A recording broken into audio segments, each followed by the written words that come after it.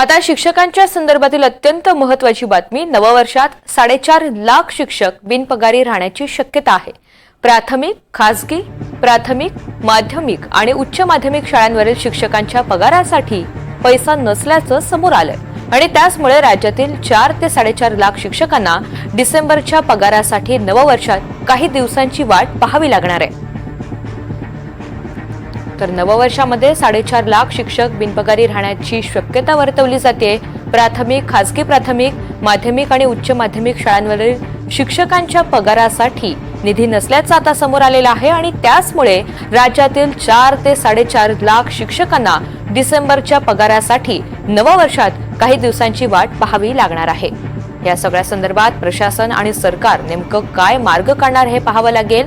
नव्या वर्षामध्ये मात्र आता या पगारासाठी शिक्षकांना काही दिवसांची वाट पाहावी लागेल। निधी येण्यास विलंब होत असल्यामुळे आता एकंदरीतच शिक्षकांच्या पगारावर सुद्धा याचा परिणाम होताना पाहायला मिळतंय। परिणामी 4.5 लाख शिक्षक बिनपगारी राहण्याची शक्यता आहे। नववर्षाच्या तोंडावरच हा फटका बसणार आहे। प्राथमिक, खासगी प्राथमिक, माध्यमिक आणि उच्च माध्यमिक शाळांवरील शिक्षकांच्या पगारासाठी पैसा नसल्याचं समोर आलंय। प्रतिनिधी सौरभ वाघमारे आपल्याला या सगळ्या संदर्भात अधिकची माहिती देणार आहे। सौरभ, शिक्षकांचा पगार नेमका का लांबणीवर पडलेला आहे, त्याची प्रमुख कारण काय? ऋतुजा, जर या सर्व बाबींचा जर विचार करायचा म्हटला तर कोविडच्या अगोदर अशी परिस्थिती होती की कोविडच्या अगोदर जे आहे ते बजेट 3 महिन्याचं 4 महिन्याचं जे आहे ते एकत्रितरित्या बजेट येत होतं। त्या पद्धतीनं महिन्याची 20 तारीख ते दुसऱ्या महिन्याची 20 तारीख असा पगाराचा एकंदरीत कार्यकाळ असायचा आणि महिन्याच्या 20 आणि कोविड नंतर अशी परिस्थिती झाली की महिन्याच्या 20 तारखेनंतर वगैरे शासनाकडून जे आहे ते या संदर्भातलं बजेट असायचं।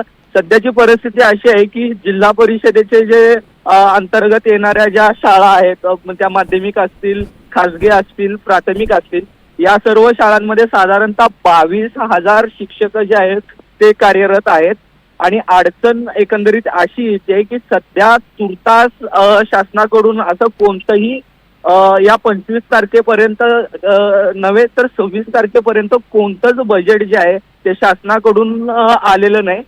जिल्हा परिषदेकडून सर्व गोष्टीचे बिलं वगैरे तयार आहेत, परंतु शासनाकडून कोणतंही बजेट आलं नसल्या कारणाने या सर्व पगारी संदर्भात 3 ते 4 दिवसाची दिरंगाई होऊ शकते अशी शक्यता जी आहे ती वर्तवली जात आहे आणि याचे परिणाम असे होतील की शिक्षकांच्या बँकांचे EMI असतील, एकंदरीत इतरत्र ज्या त्यांच्या गोष्टी असतील त्या नवीन वर्षात त्यांना वेळेवर मिळणार नाहीत। बँकांचे जे काही हप्ते आहेत ते तटतील, कदाचित त्यांचे सिव्हिल स्कोर जो आहे तो देखील खराब होण्याची शक्यता जी आहे ती वर्तवली जात आहे।